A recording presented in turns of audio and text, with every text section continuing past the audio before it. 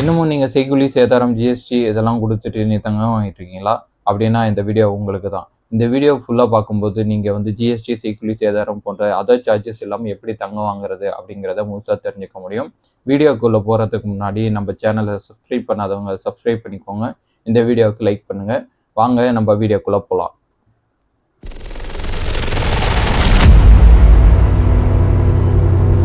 ஆக்சுவலாக தங்கம் வாங்குறதுக்கு ஒவ்வொருத்துக்கும் ஒரு ரீசன் இருக்கும். சிலர் பார்த்தீங்கன்னா லேடிஸ் மேக்ஸிமம் வந்து தங்கம் வாங்குவாங்க. அது வந்து மேக்ஸிமம் ஆபரணங்களாக தான் வாங்குவாங்க.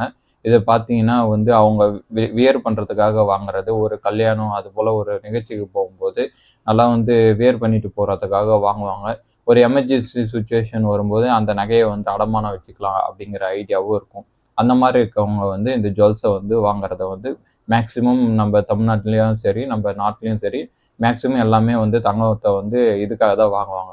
அதே போல் பார்த்தீங்கன்னா சிலர் என்ன பண்ணுவாங்க, குழந்தைங்களோட கல்யாணத்துக்காக சேர்த்து வைப்பாங்க. பெண் குழந்தை இருக்கும். அவங்க கல்யாணத்துக்காக சிறுக சிறுக வந்து நகைகளை வந்து இது மாதிரி 1 கிராம் 2 கிராம் இல்லை வந்து ஒரு கொஞ்சம் அதிகமாக ஏர்ன் பண்ணுறவங்க வந்து ஒரு சவரன் 2 சவரனில் வந்து தங்கத்தை வந்து வாங்கிட்டு சேமித்து வைக்கிறத வந்து பழக்கமாக வச்சுட்டு இருக்காங்க.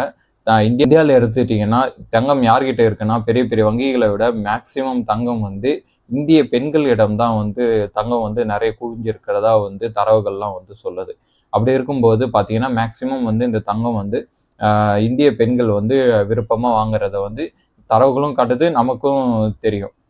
பெண்கள் மட்டும் இல்லாமல் வேறு யாரெல்லாம் தங்கம் வாங்குறாங்கன்னு பார்த்தீங்கன்னா ஒரு இன்வெஸ்ட்மெண்ட்டுக்காக தங்கம் விலை வந்து ஏறிட்டே போகுது. மேக்ஸிமம் வந்து இந்த லாஸ்ட் 2 வருஷம் பார்த்தீங்கன்னா தங்கம் விலை ஏறினதை வந்து நம்ம சொல்லவே வேணாம். அந்த அளவு பயங்கரமாக ஏறிடுச்சு.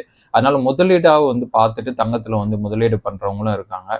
இந்த மாதிரி கேட்டகரி வந்து பல விதங்களாக வந்து தங்கத்தோட முதலீடாக வந்து நம்ம சொல்லலாம். இதில் வந்து யார் யாருக்கு எந்த இது வந்து சூட் ஆகும் அப்படின்னு பார்த்தீங்கன்னா, நீங்கள் வந்து வியர் பண்ணுறதுக்காக தான் வாங்குறேன், நான் ஒரு கல்யாணம் அது மாதிரி ஒரு ஃபங்க்ஷனுக்கு போகும்போது வந்து நான் வந்து அணிஞ்சிட்டு போகிறதுக்காக நான் தங்கம் வாங்குறேன் அப்படின்றவங்களுக்கு கண்டிப்பாக வந்து ஆபரணம் வந்து சூட் ஆகும். அதே போல் நீங்கள் வந்து ஒரு பெண் குழந்தை வச்சுருக்கீங்க, அவங்களோட கல்யாணத்துக்காக நான் வந்து வாங்குறேன் அப்படின்னா நீங்கள் கண்டிப்பாக வந்து ஆபரணமாக வாங்காதீங்க, கோல்டு காயினாக வாங்குங்க. ஏன் நான் இதை சொல்கிறேன்னா, நீங்கள் வந்து கோல்டு காயினாக வாங்கும்போது உங்களுக்கு வந்து ஜிஎஸ்டி இருந்தாலும் வந்து உங்களுக்கு செய்கூலி வந்து வராது.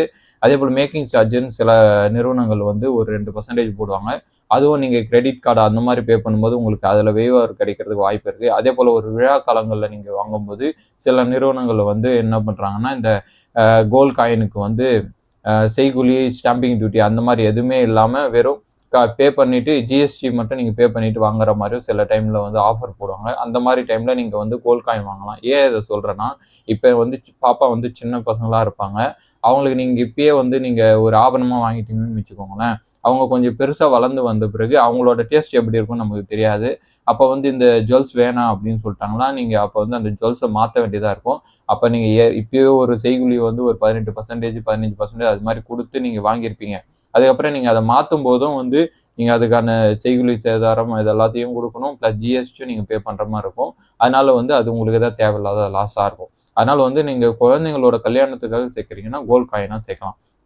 அடுத்து ஒரு கேட்டகரி இருக்காங்க, அவங்க தான் நம்ம கேட்டகரி. அதாவது வந்து ஒரு இன்வெஸ்ட்மெண்ட்டுக்காக மட்டுமே வந்து நான் கோல்டை சேர்க்குறேன் அப்படிங்கிறவங்க, அவங்க வந்து கண்டிப்பாக வந்து நீங்கள் வந்து ஆபரணமாகவோ கோல்டு காயினாவோ கண்டிப்பாக நீங்கள் வந்து வாங்காதீங்க அப்படின்னு தான் நான் சொல்லுவேன். ஏன்னா நமக்கான நிறைய வாய்ப்புகள் இருக்குது. முக்கியமாக சொல்லப்போனால் நீங்கள் வந்து கோல்டு இடிஎஃப்ல வந்து நீங்கள் வந்து முதலீடு பண்ணிட்டு வரலாம். ஏன் நான் கோல்டு இடிஎஃப்பை வந்து சஜஸ்ட் பண்ணுறேன் அப்படின்னு பார்த்தீங்கன்னா, உங்களுக்கு வந்து இதில் செய்கூலி, சேதாரம், ஜிஎஸ்டி எந்த இதுவுமே கிடையாது. நீங்கள் வாங்கும்போது உங்களுக்கு வந்து புரோக்கர் ஃபீஸ் மட்டும்தான் கொஞ்சம் பே பண்ணுற மாதிரி இருக்கும். அதுவே ரொம்ப ரொம்ப ரொம்ப ரொம்ப கம்மி.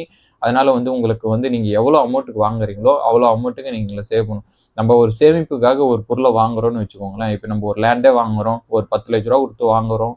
அதை வந்து நம்ம வந்து ஒரு கொஞ்சம் வருஷம் கழிச்சு விற்கும்போது என்ன பண்ணுவாங்கன்னா, ஒரு 1,00,00,000 போகுது அப்படின்னு பார்த்தீங்கன்னா நமக்கு 90,00,000 லாபம் வருது. ஆனால் இதில் பார்த்தீங்கன்னா நீங்கள் லேண்டு வாங்கும்போதே நீங்கள் என்ன பண்ணுவீங்க, அதுக்கான ஸ்டாம்பிங் டியூட்டி எல்லாமே வந்து கொடுக்குற மாதிரி இருக்கும். அதுக்கப்புறம் வந்து நீங்கள் நல்லா வளர்ந்த பிறகு விற்கும்போது அதுக்கான திருப்பி லாபத்துலேயும் நீங்கள் வந்து டேக்ஸ் பே பண்ணுற மாதிரி இருக்கும்.